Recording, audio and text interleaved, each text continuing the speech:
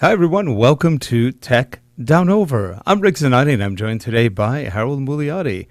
We are talking about the RØDE Wireless Go today. Stay tuned. Here we go. This show is sponsored by Relate Corporation at www.relate.com, your training and video partner. Hello, I'm Peter Baker. Please visit voiceovermasterclass.com to see details of the training courses I have on offer for new and existing voice talents to further their career by enhancing voice and technical skills, as well as essential marketing tips. And we're back. You know, there's a lot of talk in the industry about the RØDE Wireless Go, what a great mic it is, how cool it is, how small. And we agree. It's a really good mic. It holds a pretty good charge. I think it gets up to about 7 hours of consistent play time on one USB charge. Now, mind you, if you're doing a full day shoot and you don't know if you're going to be shooting over 7 hours, you better get more of them because it may not last as long as you think. Or if you go to lunch, put them on a quick charge USB and maybe that'll get you going for the whole day. We have noticed sometimes it does go down quickly. Other times, not. We haven't been able to identify exactly why sometimes it goes faster than others, but it does. Harold, what's your experience been on the Wireless Go? Well, I haven't really been on the transmitting end of it, but I've recorded tests of you and stuff using it, and I mean it seems to be a good mic. It has a pretty good sound for that little well, let me get back to the picture of it. You know, we've mostly just used the little integrated mic, which you can't even really see, but on the left there, that's the transmitter, and Yep. on the top, And it's what would you say, a little over a square inch, maybe an inch and a half square? Yeah, something like that. Or at most, I don't think it's 2 inches. I don't think, it might be 2 inches, but it's more like an inch and a half square. It's only about maybe half an inch or 3/4 of an inch high or thick. They're small. They're small, and it comes with a built-in clip, so you can attach them there, or you could hide it and put it somewhere else. You can also, on the transmitter side, attach a lav mic to it. So if you want to be discreet and not show it, you could attach it to a belt loop, for example, or a belt clip, and then pass a small RØDE Wireless right up to about here, and it would look unnoticeable. And you probably even get a better sound because the lav is pretty clean.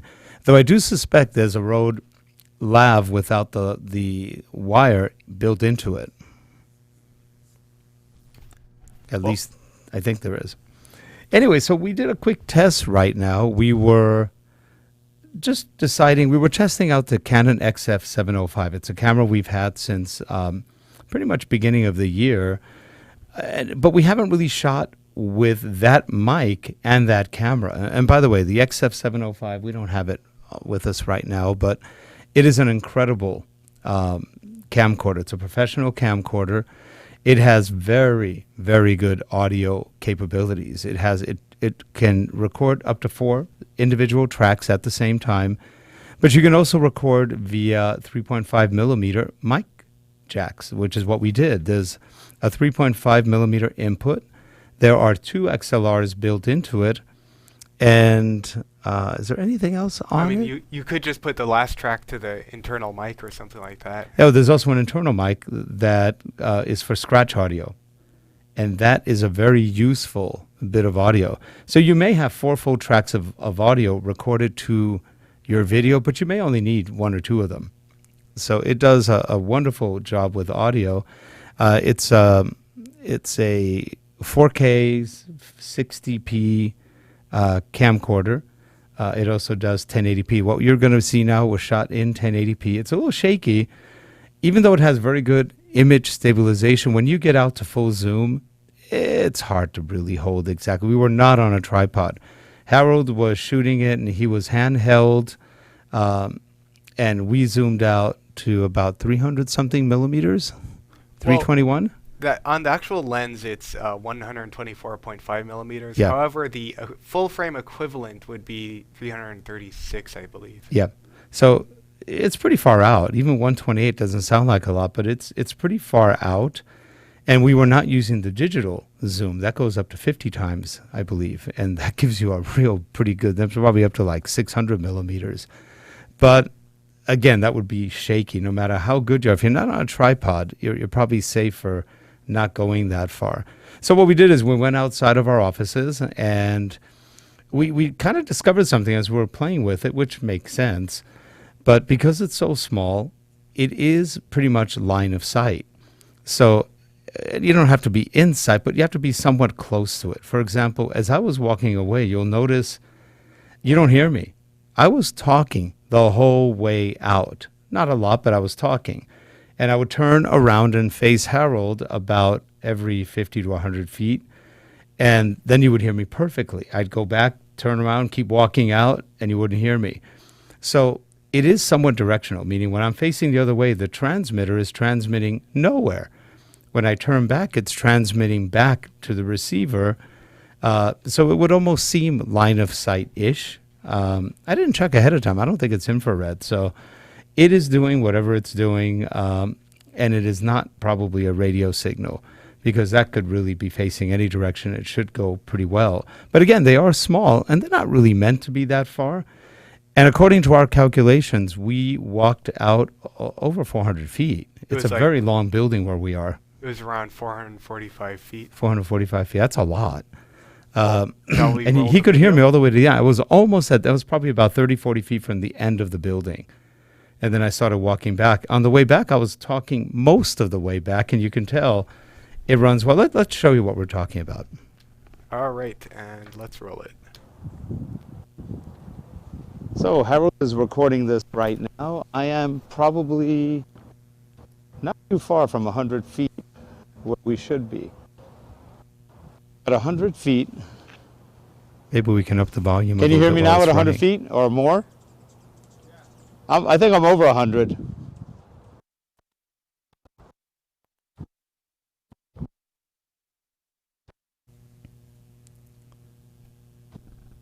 So as I turn around, you can hear me.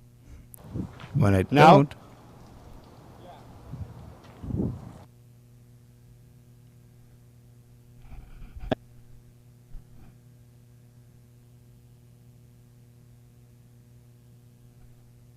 Turn around. Yes?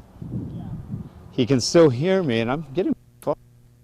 every time I turn around, I lose the transmission. And when I turn back to the camera, it's clear. You can hear it going Yes. off every... I'm pretty far from. And the minute I turn, it goes off again. Here, I think it's pretty far.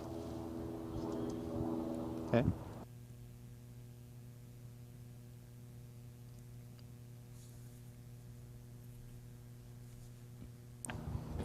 Yes, can you hear me now?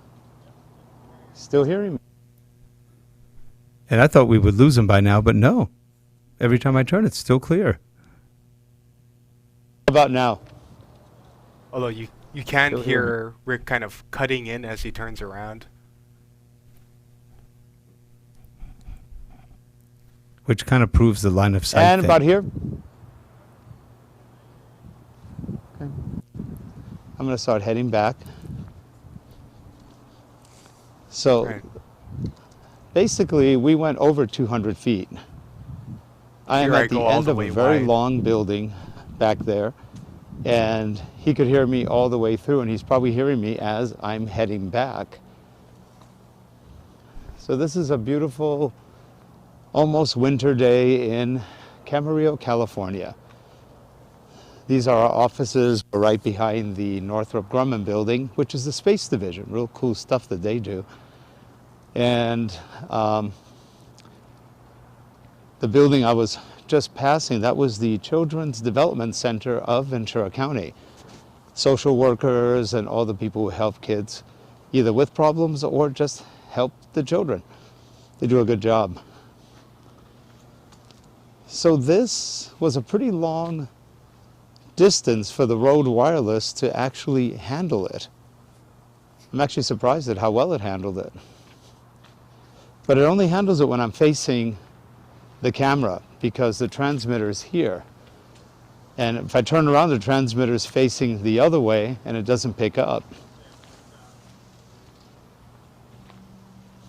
It's actually facing me, walking. You haven't cut out at all. Haven't cut out once. Okay. You're facing away. But when I turn around, because the transmitter's going the other direction, that's pretty cool. All right. So cut. All right, and that was, as you might have noticed, when he was walking back and facing us, then he didn't cut out really at all. No, and I wasn't raising my voice or anything. It was picking up the voice very cleanly. And we have used this mic for some podcasts we've done. We've used it for some other recordings. It's a nice, clean mic. I use it a lot on the GH5, on the G9 when we record with those. And again, it has a really nice sound to it, and they're so light, they're so small. We have used also the Rode Link packs, and they're pretty good. Not my favorite, but they're good. They're good if you want something simple and quick. They have okay sound for that. We tend to use, whenever we do professional shoots, the Sennheiser Evolution series. They do a very good job. They've been around for a while. I think we're on the second phase of them or whatever. They're very good. They're twice the price of the Rode. So if you get, let's say from B&H, a dual pack where you get 2 transmitters, 2 receivers, that's about probably $1,700. Whereas with the Rode Links, you get 2 packs for about $750 or $800. So it's about half the price. They're not bad for what you get. And they do automatic switching of channels, which is nice. But if we want a little more control, and in case we're shooting something, we don't want anything happening wrong, which could sometimes, especially in certain buildings where you have a lot of metal or other things, we need that extra control and extra channels just to make sure that we have no issues. Well, so how much was the Wireless Go? The Wireless Go is about $200. So quite a... You get 2. You get the transmitter and receiver. You get one set, the transmitter and 1 receiver. And then if you buy a Lav or something else, that's probably about another $50 to $75 from Rode. Maybe $99 depending which one you get. But again, that gives you a lot of flexibility. And in most cases, that would work well. If you're doing dialogues or something else, you're better off with 2 units. And they're so small and cheap that you could get 2 for $400. That gives you almost what you get with a Rode Link for approximately $700. Of course, that doesn't give you a wireless transmitter that you can attach XLR mics to. So you do lose that capability. But for a simple solution, if you're a blogger, if you want to just record yourself, or if you want to do some simple blogging, then the thing does an incredible job of putting out good audio with literally very little effort. So anyway, I guess that's it for this mic. The Rode Wireless Go. It's a good buy. It's a pretty good mic. Have a good one, everyone. We'll see you next time on Tech Down Over. Bye, Oh, everyone. and happy Thanksgiving. It's coming up in 2 days. At least that's when we're recording this. Have a good one. Take care. Bye, everyone.